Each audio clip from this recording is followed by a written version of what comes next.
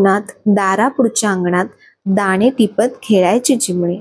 आजीच्या गोष्टीत, आईच्या गाण्यात, मनाच्या आकाशात उडायची ही चिमणी. विजेच्या तारेवर रांगेत बसून चिवचिव करत डुलायची ही चिमणी. पण टॉवरच्या जाळ्यात, कॉन्क्रीटच्या जंगलात, फ्लॅटच्या संस्कृतीत आज हरवली आहे ही चिमणी. विज्ञानाच्या युगात, आभासी या जगात, पुस्तकातल्या चित्रातच दाखवायची का चिमणी? दारातल्या वाटीत ठेवा थोडं पाणी, द्या तिला आसरा, नाहीतर म्हणावं लागेल, एक होती चिमणी, एक होती चिमणी. हॅलो, नमस्कार. कसे आहात सर्व? मस्त आहात ना? मस्तच राहा सर्वांना. सर्वप्रथम श्री स्वामी समर्थ. तुम्हाला सर्वांना आजचा दिवस खूप छान आनंदाचा आणि आरोग्यदायी जाओ. तर तुम्ही विचारलं की ताई काय घालता खायला? तर मी तर रोज जे सकाळी चपाती वगैरे बनवते ना, ती पण ठेवते.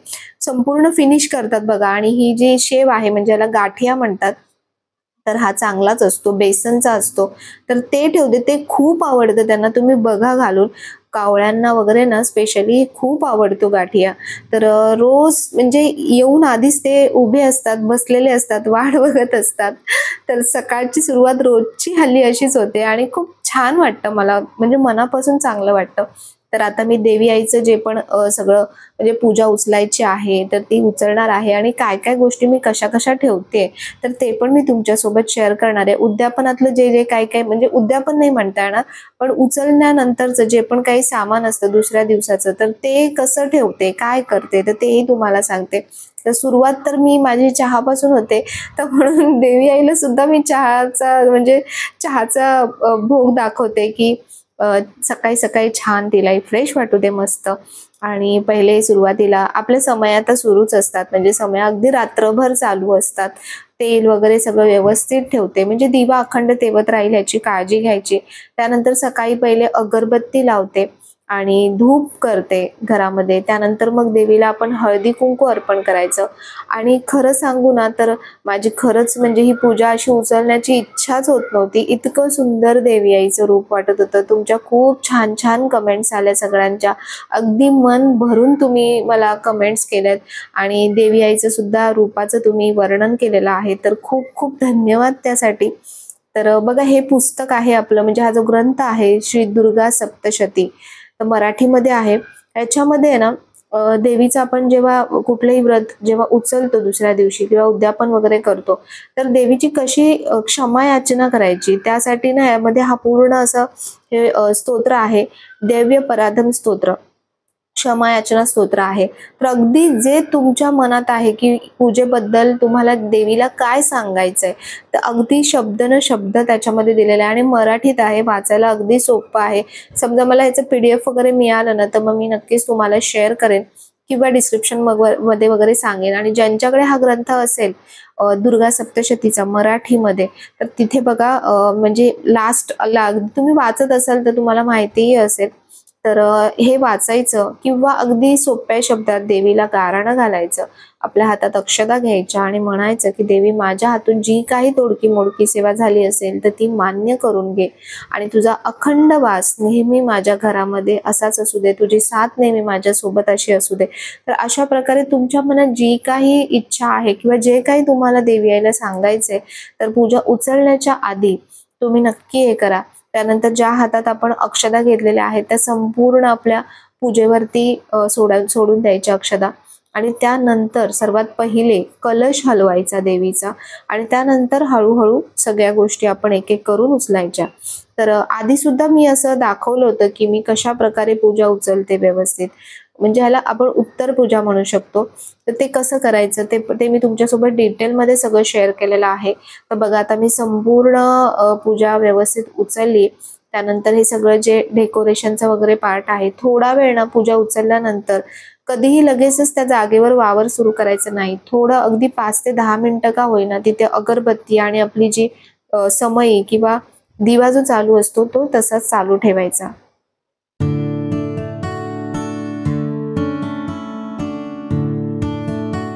हा कलशातला जो नारळ आहे हाच नारळ आपल्याला 4ही गुरुवारला वापरायचा आहे. तर मी काय करते, नारळ सरळ पाण्यामध्ये ठेवून देते, त्यामुळे अजिबात तडकण्याची भीती राहत नाही. पाणी चेंज करायचं, 1-1, 2-2 दिवसांनी त्यातलं पाणी बदलून घ्यायचं. ही जी पानं आपण कलशामध्ये ठेवली होती बघा, एका ताईने विचारलं होतं की ताई तू पानं ठेवली नाहीत, तर बघा मी सगळी पानं ठेवलेली आहे त्याच्यामध्ये. यातली 4 आपल्या घरातल्या 4 दिशांना 4 पानं, म्हणजे 4-4 प्रकारची पानं जी आहेत, एक प्रकारची, ते 4 दिशांना ठेवून द्यायचे आणि दुसऱ्या दिवशी निर्माल्यामध्ये सोडून द्यायचे. त्यानंतर कळशातलं जे पाणी आहे ते तुम्ही झाडांना घाला. हे जे तांदूळ होते देवीच्या खाली, तर मी चुकून काल म्हटलं होतं की हे साठवणीच्या तांदळात किंवा वापरून घ्यायचे, तर हेच तांदूळ आपल्याला 4ही गुरुवारला वापरायचे आहेत. त्यामुळे हे तांदूळ व्यवस्थित साईडला ठेवून द्यायचे. जे कलशामध्ये सुपारी आणि पैसा होता तोही 4ही गुरुवारला तोच वापरायचा आहे. रांगोळी मी सुक्या कचऱ्यामध्ये घालते, निर्माल्यामध्ये घालत नाही. त्यानंतर ही जी फळं आहेत ती तुम्ही घरामध्ये प्रसाद म्हणून खाऊ शकता, कोणाला प्रसाद म्हणून देऊ शकता. त्यानंतर आता हे जे देवीचं सगळं सामान निघालेलं आहे, म्हणजे काढलेलं आहे, तर हे सर्व सामान पहिले मी व्यवस्थित ठेवते. कारण एकदा जर सामान बाहेर राहिलं ना, तर मग ते थोडे दिवस का होईना, म्हणजे पुढची पूजा येईपर्यंत ना ते तसंच कधी कधी पडून राहतं. तर म्हणून हे सगळं सामान पहिले व्यवस्थित लावून घेते.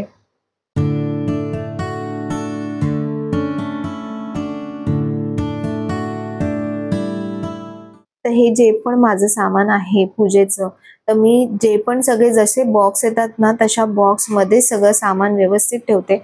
म्हणजे ते प्रत्येक वेळी, म्हणजे आता तुम्ही एक जरी गोष्ट, तुमच्याकडे असं जरुरी नाही आहे की भरपूर गोष्टी असल्या पाहिजे. एक जरी गोष्ट असली ना आपल्याकडे, आपण कशा प्रकारे ती व्यवस्थित ठेवतो ना, ते खूप महत्वाचं असतं. तर हे जे पावलं आले होते, पावलांसोबत सुद्धा हा बॉक्स आला होता. हे बॉक्स खूप कामाला येतात. मी एक्स्ट्रा बॉक्स सुद्धा मागवून ठेवले होते, की जे पण एक्स्ट्रा काही ना काही देवाचं सामान असतं, तर ते सगळं बॉक्समध्ये ठेवते. यातली पहिली गोष्ट म्हणजे की तुम्हाला जेव्हाही कुठलीही गोष्ट लागते, तर ती तुम्हाला लगेचच मिळते. तुम्हाला इथे तिथे शोधाशोध करायला लागत नाही आणि वस्तू आपली जशीच्या तशी व्यवस्थित राहते. हे मुखवट्यांच्या बाबतीत तर मी तुम्हाला सांगेन, की मुखवट्यांचे जे पण बॉक्स आलेले आहेत, ते जसेच्या तसे बॉक्समध्येच ठेवा. म्हणजे कारण त्या मुखवट्यांना खूप सारं वर्क केलेलं आहे, त्याचे डायमंड आहेत. जर तुम्ही बाहेर ठेवलेत ना, तर बघा काही काळाने ना त्याचे जे डायमंड वगैरे वर्क आहे ना, ते काळं पडायला सुरुवात होते. तर म्हणून बॉक्समध्ये ठेवा, अजिबात काळं पडणार नाही आणि त्याला पाण्याचा हात अजिबात लावू नका. तर ही एक गोष्ट, म्हणजे हा जो बॉक्स आहे ना, हा दिवाळीला मिळाला होता यांना.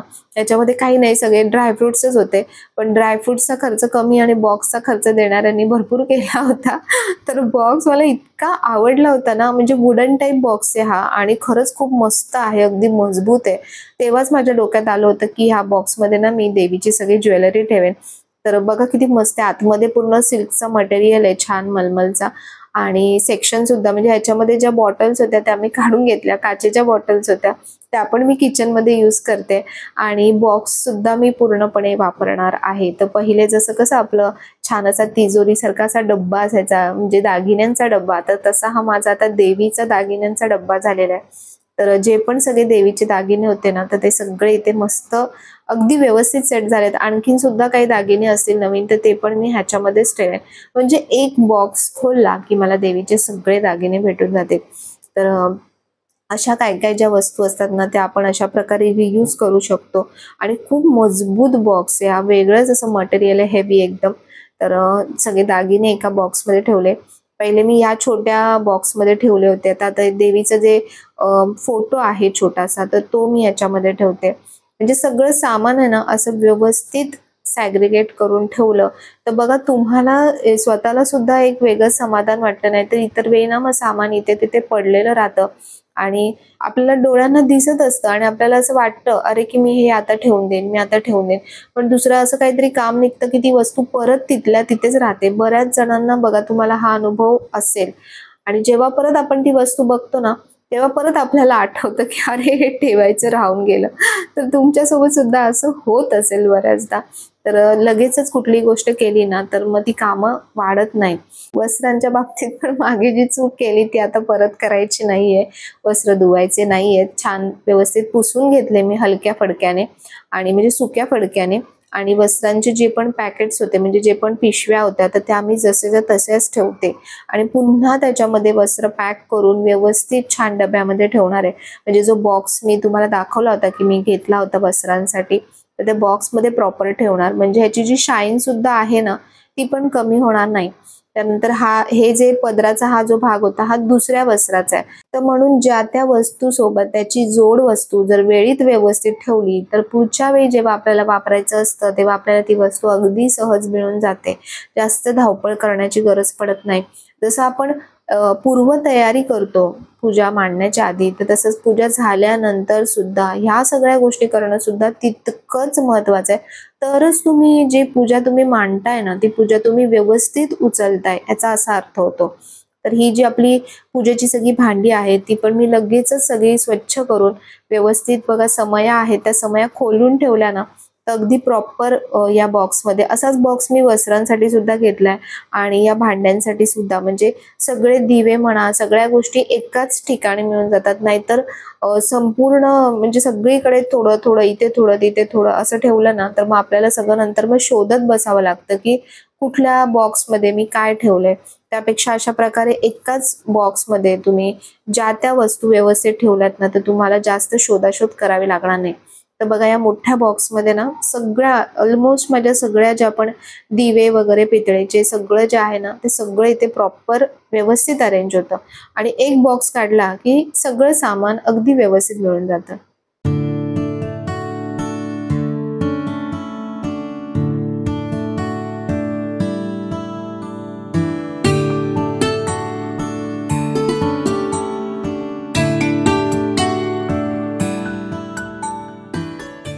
काही ताईंनी विचारलं होतं की ताई तुझा कलश दाखव, तर बघा अशा प्रकारचा कलश आहे. साधारण माझ्या म्हणजे पंजा आहे हाताचा त्याच्या एवढ्या ह्याचं माप आहे कलशाचं. तर इतक्या साईजचाच कलश आहे माझ्याकडे आणि ह्यापेक्षा छोट्या साईजचा कलश आहे. तर मी सध्या पूजेला हा कलश लावला होता. आणि फायनली जी गोष्ट आहे ती म्हणजे की आपली प्रभावळ तर इतकी मेहनतीने बनवली आहे तर ती व्यवस्थित ठेवली तरच चांगली राहील, कारण पुट्ट्याची आहे. बाहेर जर ठेवलं तर लगेचच धूळ पडेल, लगेचच खराब होऊन जाईल. त्यामुळे अशा प्रकारच्या मोठ्या पिशव्यांमध्ये ना मी त्याला व्यवस्थित पॅक करून ठेवते. म्हणजे आता नेक्स्ट कधी मला पूजेसाठी जेव्हा वापरायची आहे तेव्हा अगदी व्यवस्थित मला ती मिळून जाईल. तर अशा प्रकारे सगळी उत्तर पूजा केली आणि उत्तर पूजेचं जे पण सगळं सामान आहे ते पण असं व्यवस्थित ठेवलं. तुमचं सामान तुम्ही ठेवलं का सगळं व्यवस्थित? तर चला व्हिडिओ आवडला असेल तर नेहमीप्रमाणे व्हिडिओला लाईक करा, शेअर करा, सबस्क्राईब करा. पुन्हा भेटूया आपण उद्याच्या नवीन व्हिडिओमध्ये. तोपर्यंत सर्वांना बाय आणि सर्वांना श्री स्वामी समर्थ.